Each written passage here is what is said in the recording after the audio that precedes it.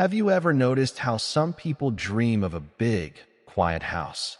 Wide hallways, tall windows, rooms filled with space and light, while others find peace only in a small, cozy home where everything is close enough to touch and every corner feels alive. It's not just about lifestyle or income. It's about how our brains interpret safety, comfort, and belonging. A small, warm home makes the body feel contained, literally.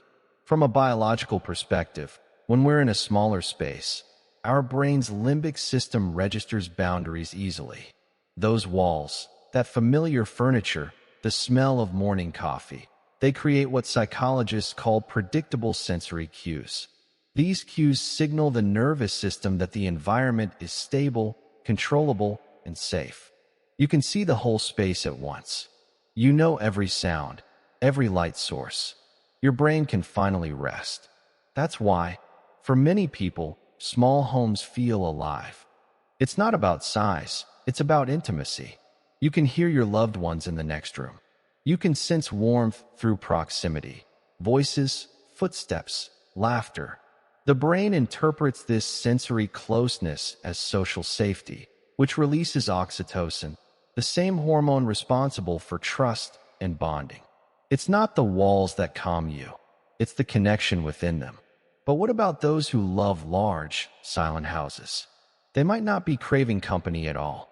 For some, a big, quiet home represents freedom, the ability to breathe, to expand without interruption. In neuroscience, this aligns with the prefrontal cortex's need for cognitive spaciousness. When you're in a large environment, your brain perceives more possibilities. There's room for movement, creativity, and mental clarity.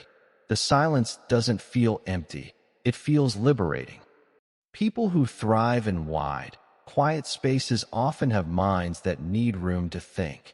They recharge through solitude. Their nervous system finds peace not in sound, but in silence. The large house gives them control, the sense that they can withdraw, create distance when emotions overwhelm them. For them, peace is not proximity, it's privacy. Neither brain is wrong. They're just wired differently. One finds safety through connection, the other through autonomy. In fact, if you look deeper, both types are rooted in our earliest experiences.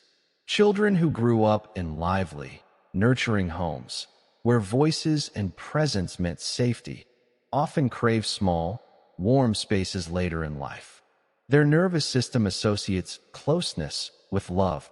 But those who grew up in chaos, too much noise, too many unpredictable emotions, often feel safest when they have control of their environment. To them, space equals peace. That's why two people can stand in the same room, one feeling cozy, the other suffocated. From a psychological lens, it's fascinating how architecture mirrors the human psyche. A small, warm home mirrors attachment.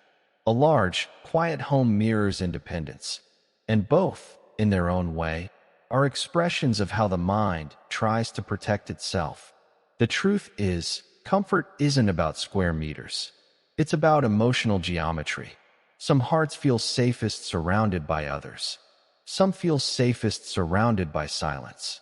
And most of us, if we're honest, need a balance of both. Because sometimes you crave the hum of family, the shared dinner table, the sound of someone moving in the kitchen. And sometimes you just want a room where the only sound is your own breathing, the space to think, to reset, to be. Neither is better. Both are human. So maybe the real question isn't about the house itself, but what part of your soul it's trying to shelter. Are you seeking warmth or peace? Noise that feels alive or silence that feels free?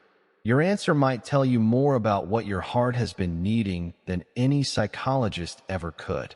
And you, which one feels safer to you? A small, cozy home filled with warmth and sound, or a big, quiet house filled with stillness and space? Share your thoughts in the comments, because sometimes the way we choose to live reveals the way we've learned to heal.